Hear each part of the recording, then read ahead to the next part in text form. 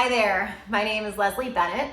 I am a movement and meditation teacher, and I am here today to talk to you about the law of attraction and my experience with it. And hopefully by sharing my story, maybe you can take some of these ideas and apply them to your own life if they resonate with you.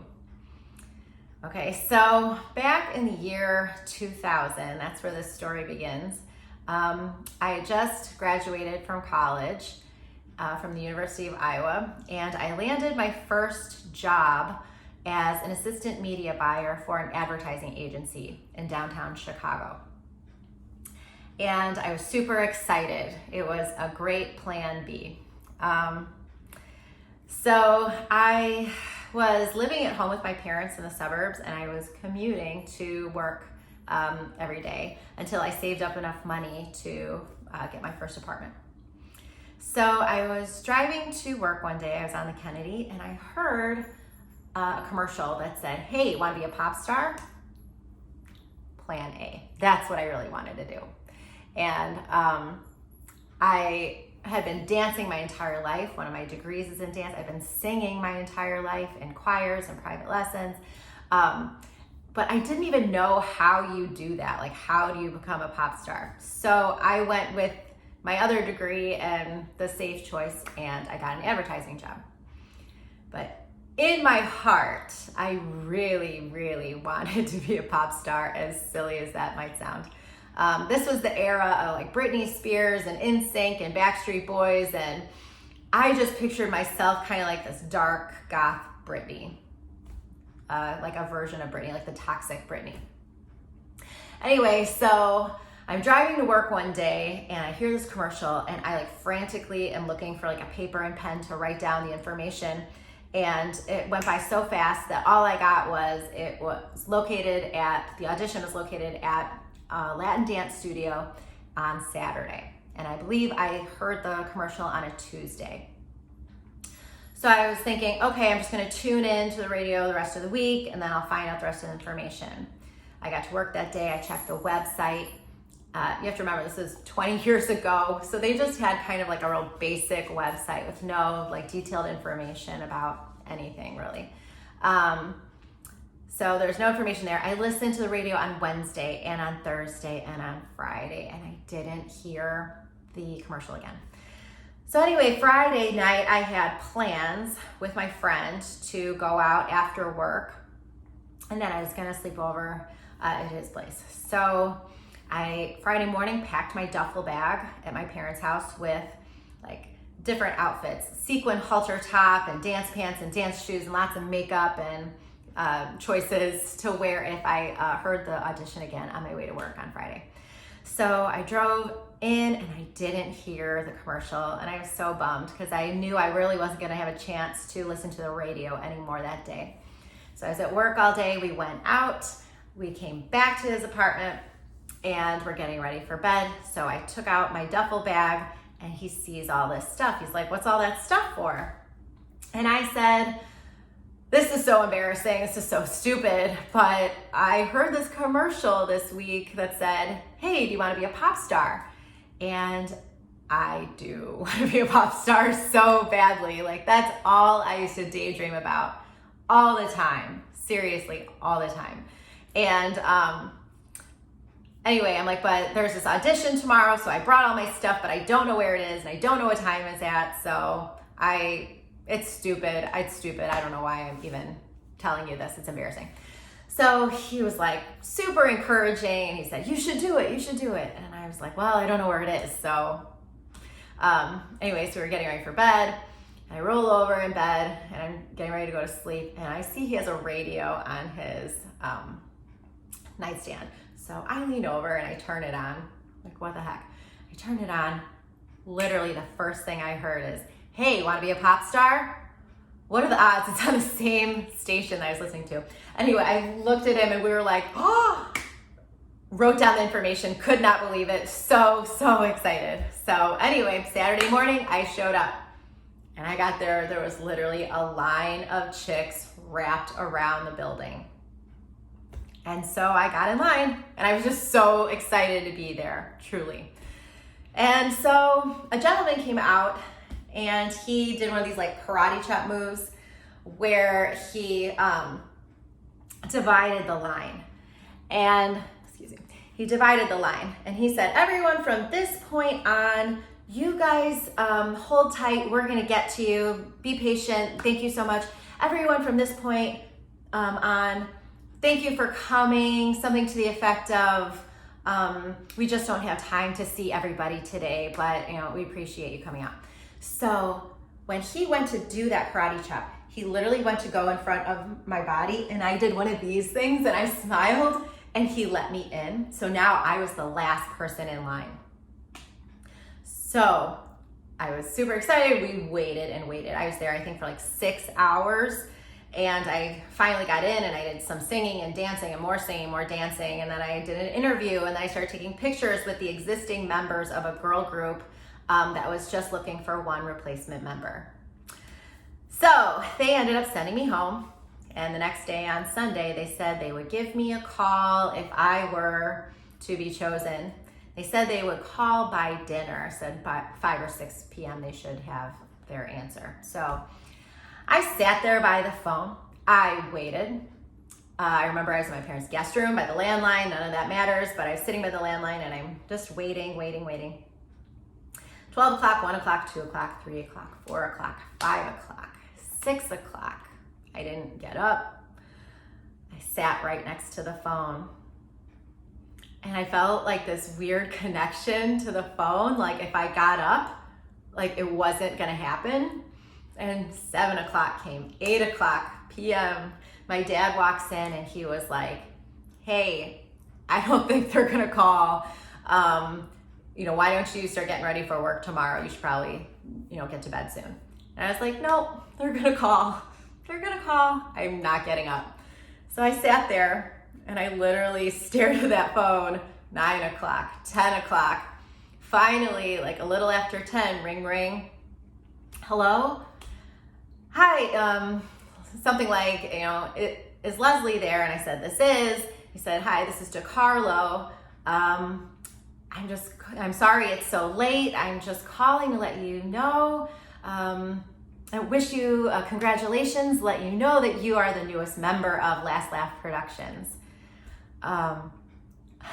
So that was plan A. That was my first experience, my first taste of the law of attraction, like working for me, like of a real alignment. So anyway, he said, we've got 1 week till we leave for Miami. So I went into my advertising job the next day and I didn't even give him a proper 2 weeks notice. I gave him 1 week. And the next week I found myself in South Beach, Miami, at Circle House Studios recording my first album for Cash Money Records. So 3 years went by. I was in this girl group. We had ups and downs and singing and dancing and performing and hustling, traveling around the country, just doing it. And I really got schooled. Like I really got an education, truly. But after that time, our band kind of fizzled out. One of our members was sick and just things started to fall apart. I never let go of that inner toxic Brittany, never. So I decided to join forces with my brother, who became my producer. I went solo. I was a solo artist with him. And we ended up writing a song called The Good Stuff. That song got, like an honorable mention for the International Songwriting Competition. It got licensing for some TV shows and the NBC theme song. So we're starting to gain some momentum. We got some representation by a lawyer and everything. So we're really excited. And one day we get a phone call from Jeff Fenster from Jive Records, who said, hi, I'm Jeff Fenster. I represent Britney Spears. We are interested in your song, The Good Stuff. So that was my second taste with the law of attraction. I mean, when you're always focusing on Britney Spears and her people call you, that's not coincidence. So anyway, that was my second run-in of alignment where I was like feeling there's something here. Anyway, things kind of didn't work out for that. Unfortunately, Jeff said he didn't want to have Brittany use the song as a cover since I had already released it. He was disappointed about that, so he tried to write another song for them. And then Brittany ended up shaving her head and hitting a car with a baseball bat, which I'm sure you remember that. And I love you, Brittany, if you're watching this. It's all good. I'm so your fan. And she ended up firing like a bunch of the team, and that dream also kind of crumbled. I ended up having a falling out with my brother, and my band broke up. I got fired from my job all within like 2 weeks. Everything just like really went to pot. And so I decided I was gonna move away and start anew. And I really just got in touch with myself and thought, where do I want to go? All my favorite bands that I listen to live in Brooklyn.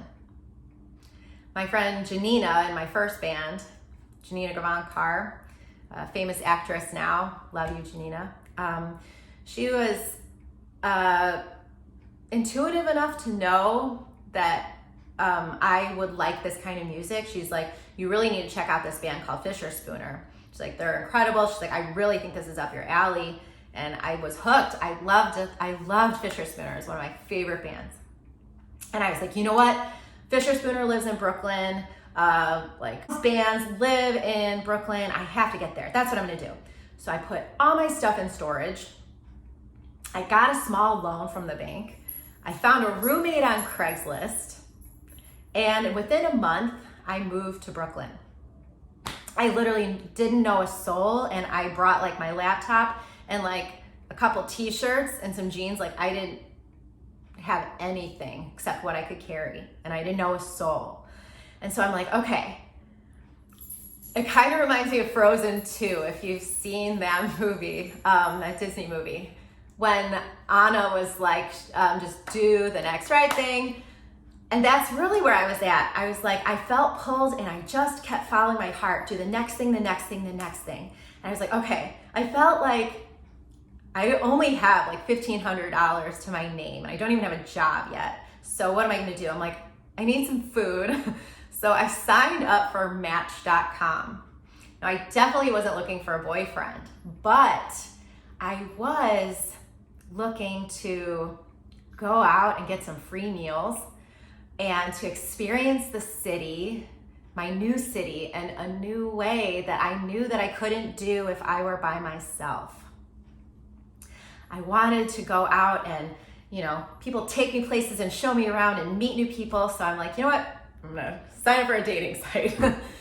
So that's what I did. So I didn't even put up a picture yet. I literally just got on there, and I was just kind of like, you know, scrolling through and just reading what people were writing on there. And I found one profile that also did not have a picture. But I remember thinking like, wow, this dude is so interesting. He's so intelligent and so like, I loved everything he had to say about like music and philosophy. And I just remember being so impressed and like aligned with him. And I was like, I have to meet this person. And, you know, eventually, like, he sent me a picture, I sent him a picture, and we decided to meet up. So we met up, and he didn't tell me what his job was. He didn't tell me, you know, he just said he was, like, in the music business. Like, a lot of people are in the music business.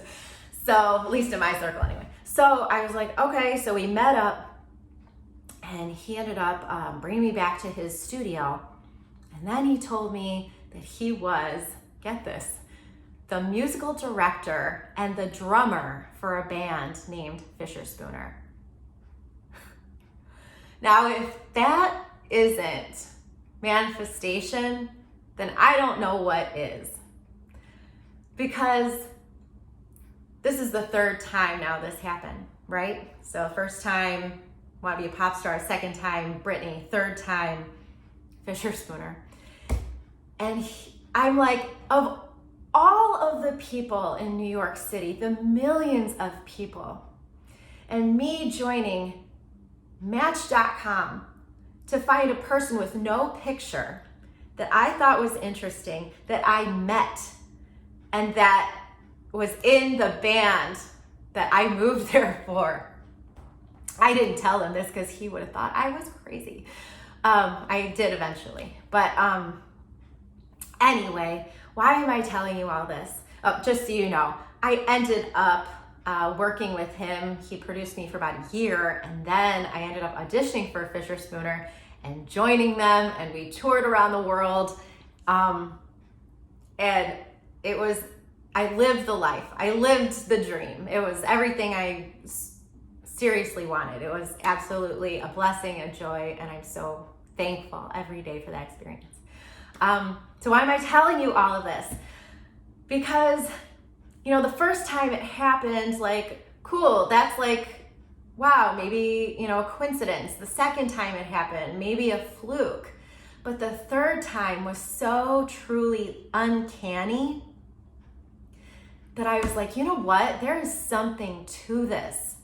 There is something, I am like co-creating this life.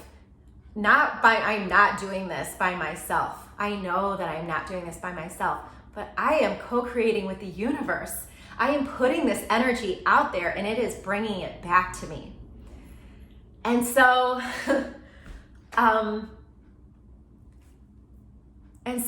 that's what I want to talk to you today about, is the law of attraction, and how I didn't even know what that was back then, you know, and I really have learned so much along the way. And I would like to say that I figured it all out right there, but trust, I did not. I really got off track for, I would say, almost a decade. I don't know how. But I was so aligned. I got to do all these amazing things, and then I met my wonderful husband, now husband. We ended up moving to California, and I felt really confused in so many ways. Somehow I lost my sense of my spark. I lost my focus and my dream and my vision of who I was gonna be. And I don't know how that happened. Truly, I feel like it was sand that slipped through my fingers. But we ended up moving to California. And I was like, I felt, honestly, like my biological clock was ticking. And I used to tell everyone, I used to tell myself, I used to lie to myself and say like, oh, I don't care if I have kids. Like, either way, if I have kids, I don't have kids. But I had so many kind of relationships kind of fall apart. I had a 3-year relationship, a 6-year relationship. I was with my boyfriend now for 5 years, and I was kind of sick of always being like, are we getting married? You know, are we gonna have kids? And I honestly felt like it was easier for me to be a pop star than it was for me to be a mom. I don't know why. It was a self-love issue, if you really want to go there. And I felt lost. So I was like, what do I do? Okay, I want to sing, I want to dance. So I was singing on the weekends. I was singing in wedding bands, and I was singing, casinos every weekend. And then I was teaching aerobics and fitness, literally 5 classes a day, 5 days a week. I was hustling. And I was working in a vineyard. I fell in love with the wine culture in California. How can you not? And I was giving wine education tours, in the mornings and on the weekends. And so I just felt torn in all these different directions, so confused. I was confused in myself, and I was confusing myself, and I was confusing the universe. I had no real direction. And I had this calling, I wanted a child, but I truthfully knew that I had so many issues that I was so scared of screwing somebody up, the way I felt so screwed up. And one of the places I always felt so 100% myself is on stage. I know exactly who I am when I'm performing, no doubt. And when I'm bartending, when I was behind the bar, for me that was like a stage. I always felt like I was performing, I was on, it's easy for me to be on. But I had so much trouble, like difficulty, just talking with people like one-on-one, like, and I was like having a major identity crisis. I was thinking of writing another album and just calling it Identity Crisis. Woo! Anyway, so my husband and I, after 5 years, we were in San Jose. We were forced like out of our apartment. They were raising our rent like $1,000, and it was just like we were at our max financially. We had like no savings. So we ended up moving to Nashville because my husband is in the music business and the tour buses come back here. So we're like, okay, we're gonna go to Nashville. I have a little family here. So that's what we did. We landed in Nashville. I'm like, what am I gonna do? Still no focus, still no purpose. I'm like, I guess I'm just gonna keep bartending, and I guess I'm gonna keep teaching fitness. And I had no like, it's like I always felt like I was meant to be something huge. Like I always felt like I was like a star, and I don't mean to sound conceited at all, but I always thought like I was meant for more, and I didn't know what that was. And so anyway, my biological clock was like bang, bang, bang, bang, bang. My husband and I are talking about like, should we have kids? I was still feeling like I'm super screwed up. I don't know if I'm able to have kids. I'm like, God, I'm not getting any younger. Like, let's pull the goalie. Let's like not try, but let's like not try. And so literally the first time we pulled the goalie, maybe TMI, I got pregnant. Absolute blessing. So I gave birth to my daughter Harlow when I was 39 years old. I am now 42. She is 3, and absolutely, without a doubt, the best thing I have ever manifested in my life. And I hopefully haven't screwed her up too much. So anyway, still being lost, still not knowing what to do. Now I have this baby, and she really gave me direction, like really gave me so much love and peace. But then COVID happened. Whew. And we were all forced to like stay inside, and you know, I decided,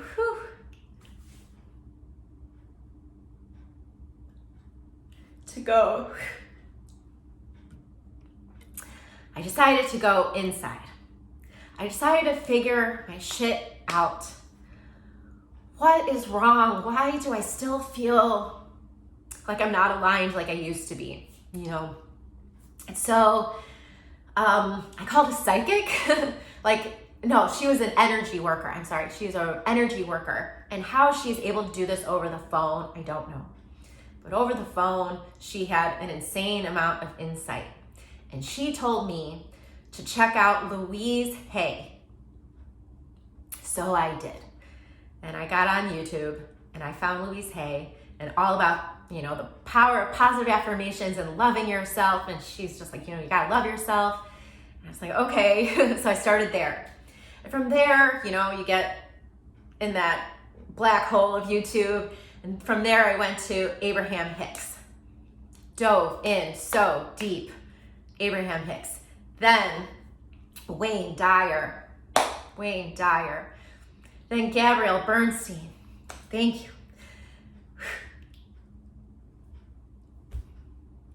And then I went and I found Kyle Cease. And I really went in so deep. And I realized I had a lot of childhood issues.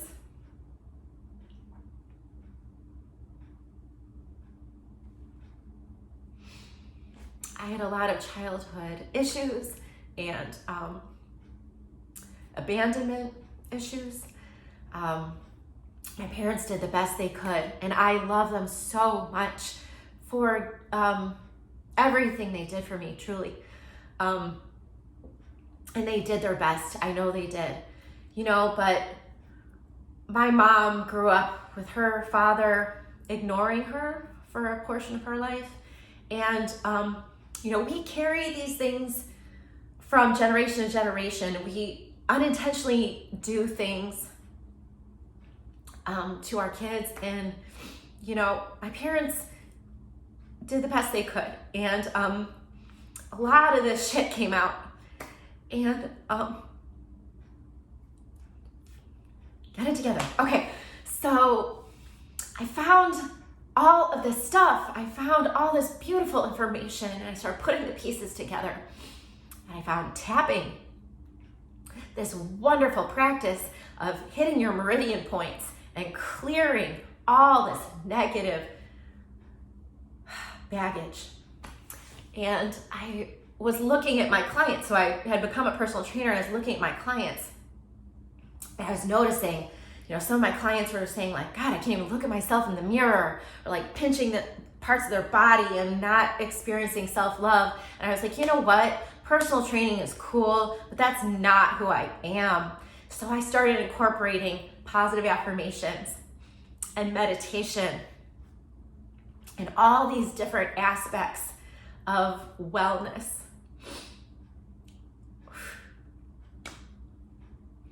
Of all these different pieces of the puzzle were finally coming together. I used to do voiceovers back in New York. In San Jose, I did voiceover work, and I started writing out, these meditations, and I'm recording myself doing them, and I'm like creating this whole system, and I'm working, and I feel like all of the puzzle pieces are finally coming together. It's so amazing. I'm so grateful.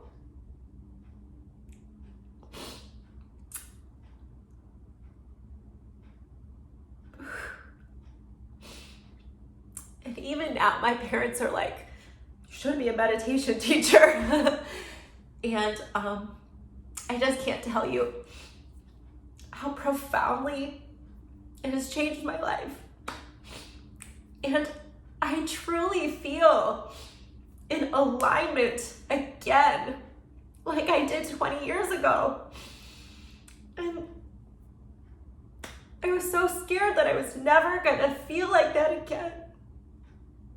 I felt like I lost a part of me that had died, and I didn't know how to get there again. And I know COVID is a bitch, but I am so glad I had this pause to go inside, clean up my side of the street at 42 years old and get my shit together. And now I can help other people. I'm so thankful.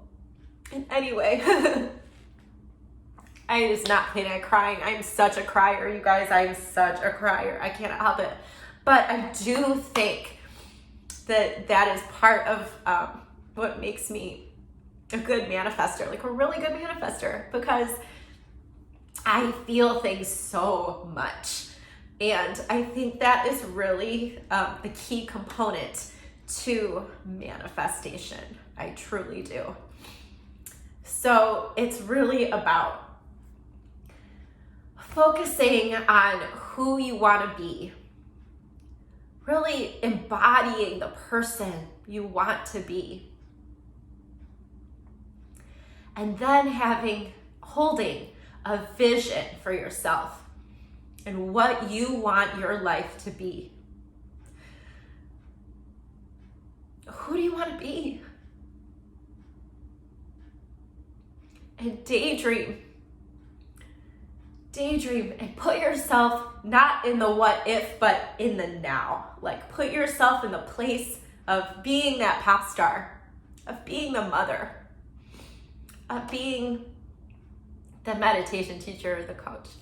Put yourself in the place of, if you want to lose weight, instead of thinking about working out and eating right, that's part of it.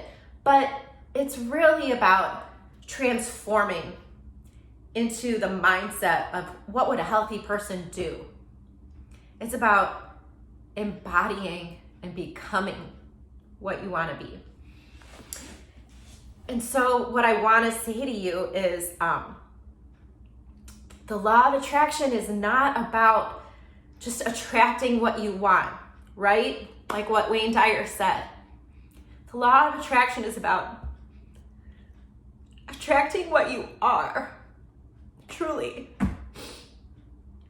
It's about becoming and embodying something bigger than your old self. You gotta meditate if you've got, if you're anyone, I really encourage you to resolve any issues you might have. And even though I manifested all this stuff when I had issues, gosh, it is so, it is so beautiful on this side. And I also want to say that I am not perfect and they are not all resolved by any means. I know there's always work to be done. There's so much work to be done. But I just truly want you guys to never give up on yourself and know that there is so much out there for you. There is so much. You can do anything. You can be anything. You just have to believe in yourself, and more than anything, have grace with yourself when you fall.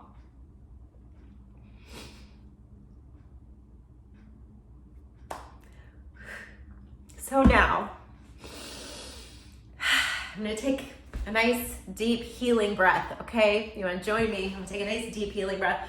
I'm going to breathe in for 4 in the nose and out for 8, okay? Just to get my center back so I stop crying, okay? So we're going to breathe in the nose. 1. Out through a straw.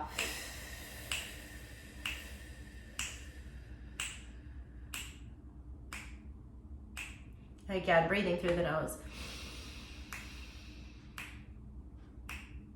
Out the mouth.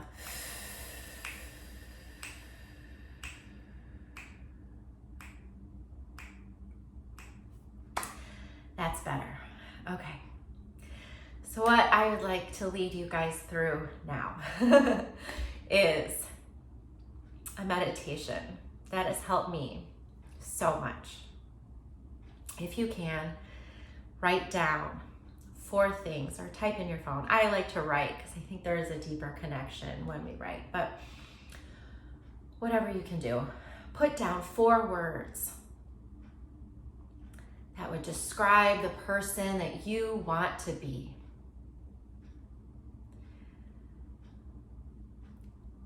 So for me, I'm not even going to tell you my words.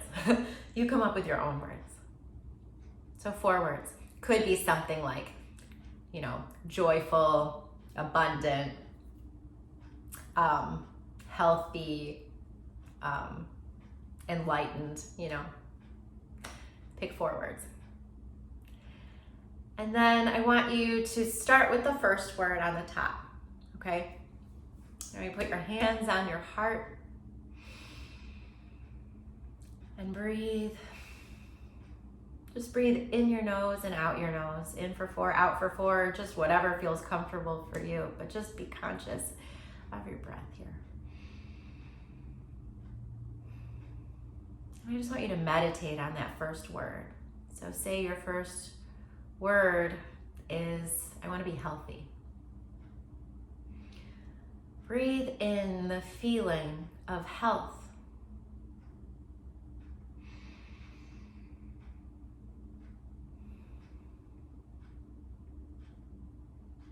Breathe in health.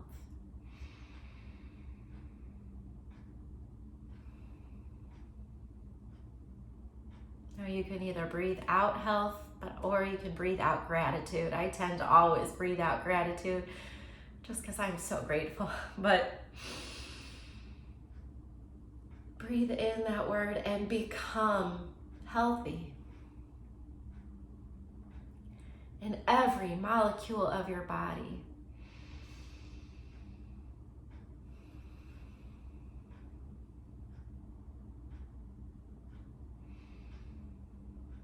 Good. And then you're going to just repeat this process. Go to your second word, whatever it is. Breathe it in feel the feeling of that word in your heart. Breathing out gratitude.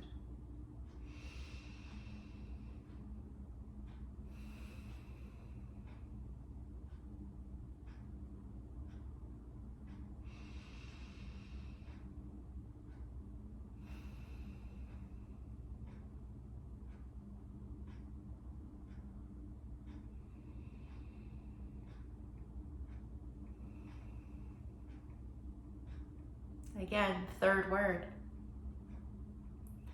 Breathe in the feeling of that word.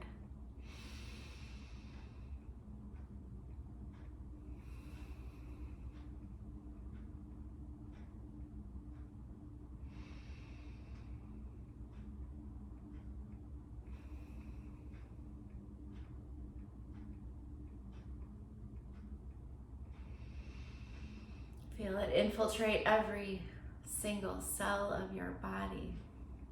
Feel yourself becoming. Feel the transformation. And finally, your last word, okay? Breathe it in and breathe it out. Breathe it in and out. 2 more times. Really feel it.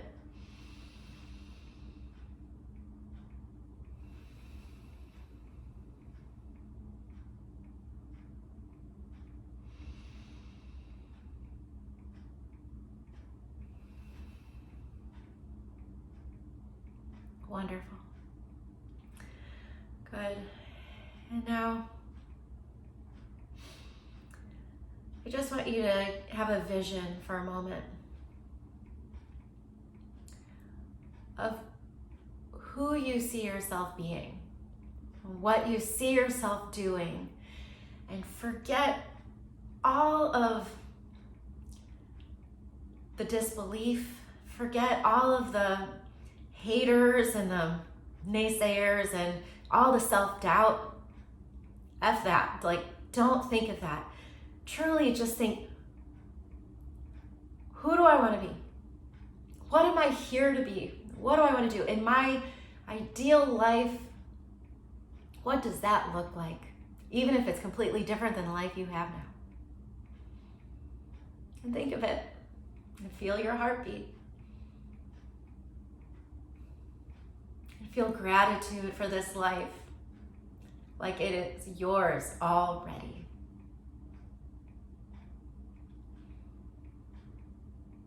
And just think, thank you, thank you, thank you. And now I want you to envision seeing all of these things, whatever it is, maybe a healthy body or a big house or a job or a relationship, love, a child, whatever it is.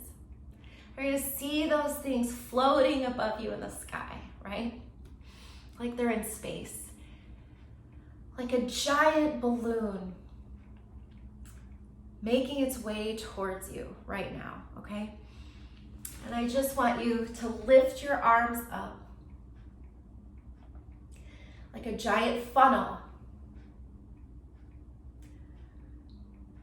Just welcoming all of these things into your life. Welcome, welcome, welcome, like you're pulling them in.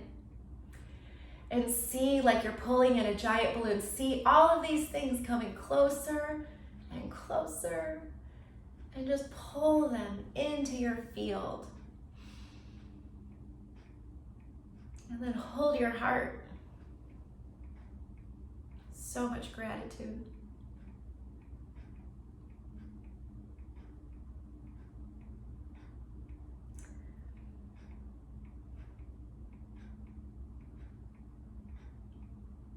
Because gratitude is the vibration, right?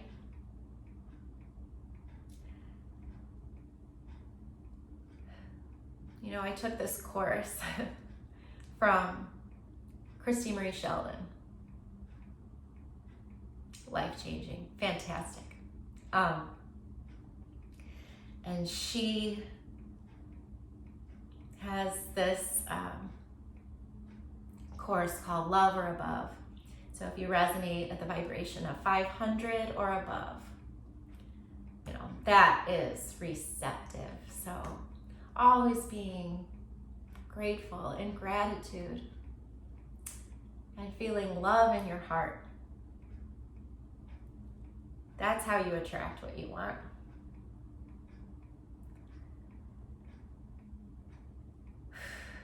So hopefully take some of this with you if you can. Even a tiny piece.